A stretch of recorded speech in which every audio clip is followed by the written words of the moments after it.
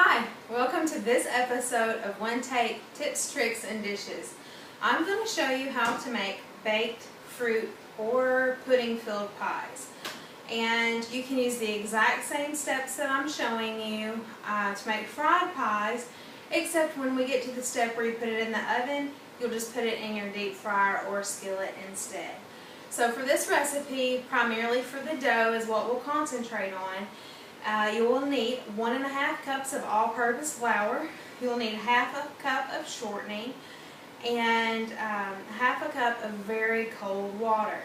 Now for the filling, I'm just using simple canned apple pie filling. I know, shame, but it really cuts down on time and it's great to throw something together pretty quickly. I will say though, with the canned filling, I add a little bit of cinnamon and nutmeg to it, just to flavor it up just a little bit more. In a future episode, I'll show you how to season and prepare fresh fruits for pies, but just not this time. We're going to use canned and make it simple instead. So, let me just grab our very cold water out of the freezer. Again, you'll need half a cup of this. You may not need the entire half of a cup, but make sure you've got half a cup very cold ready to go. We'll just get started right away with this dough. 1.5 cups of all-purpose flour and half a cup of shortening.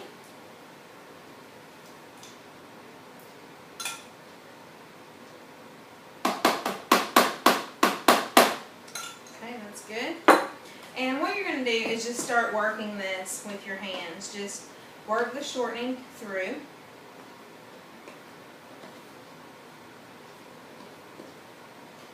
And in the interest of time, you'll continue to do that. You'll continue to do that until the shortening actually becomes very grainy in texture. Let's see if we can get a little bit of close up there.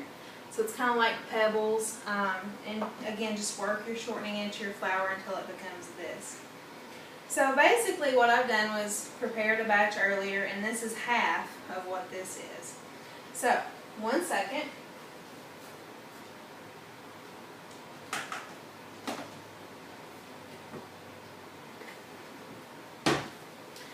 Sorry about that. I thought I had an extra bowl ready to go. And you can see my nice Tupperware like we all have in our kitchen. Maybe someday I'll have those fabulous coordinating, mixing bowls and spatulas and spoons and all that good stuff. Okay, so once you get your flour and shortening mixture all crumbled up together, you're going to go ahead and add about half of your water to that, so about 1/4 cup you're going to add into your mixture. And then you'll just start blending that together. And what you want to do is just stir it until it's all moist. You don't want to add too much water because it's going to be harder to thicken this back up than it will be to thin it out. And you want it to be pretty moist because when you roll it out, it's going to pick up quite a bit of the the flour off of your rolling surface. And then you want it to be pretty flexible whenever you're making your pies.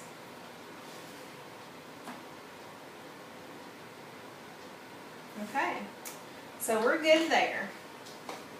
This particular mixture with 1.5 cups of flour and 1/2 cup of water, 1/2 cup of shortening, will make 6 fried pies. I'm just going to go ahead and turn this dough right out on my surface. And you're just going to want to work it around, get it nice and floured up. I'm going to go ahead and break this off into three little dough balls. So you're just going to roll it around in your hand. Again, make sure your surface is nice and floured. Pat that out. So, let me move this out of the way so you can actually see what I'm doing. There we go. And you'll just work your dough. And sometimes it sticks, just like that. When that happens, when real life happens in the kitchen, just add more flour and start over. That's one of the reasons why I only do one take episodes. Primarily, it's because I'm super low budget and I film these myself and it's too hard to stop and start all over again. But also because, you know, real life happens in the kitchen. Those sort of things happen all the time that we don't always necessarily see on those wonderful cooking shows. Okay, so I've got my apple filling here out of the can, jazzed up with a little extra cinnamon and nutmeg. And I'm just going to take a full tablespoon to start out with. This dough is pretty good size, so I'm going to go ahead and throw another tablespoon in there. So 2 tablespoons for the dough. And then you'll just fold it right over until the edges meet. You want to be careful to try not to rip the dough. You can see I have a little bitty hole right there, so I'll just push the dough back together to meet. You will take your fork, crimp the edges together. This keeps all the filling in. I like to brush the top of the pie with just a little bit of melted butter. This helps it get nice and brown in the oven. So you'll just transfer this on over to your pan with your spatula. Get some of this out of the way. And I have some ready to come out.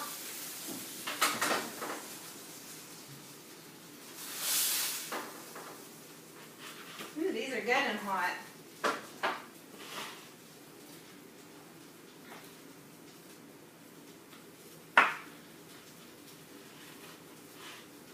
Okay, so once you're at this phase and you're ready to transfer it over to your pan, make sure that your pan is insulated. I like to use cake pans or insulated cookie sheets. Lightly grease the pan. Make sure your oven is preheated to 400 degrees. And they're going to take about 10 minutes to bake. And when they come out, you're ready to pair it with some nice vanilla ice cream. Maybe even you want to dip it in glaze. And in a future episode, I'll show you how to make the glaze for that. So we'll close this out with our close-up. These are your baked apple pies, a nice healthy alternative to the fried apple pies, but still by no means fat or calorie free. I hope you found this episode helpful, and tune in next time. Thank you.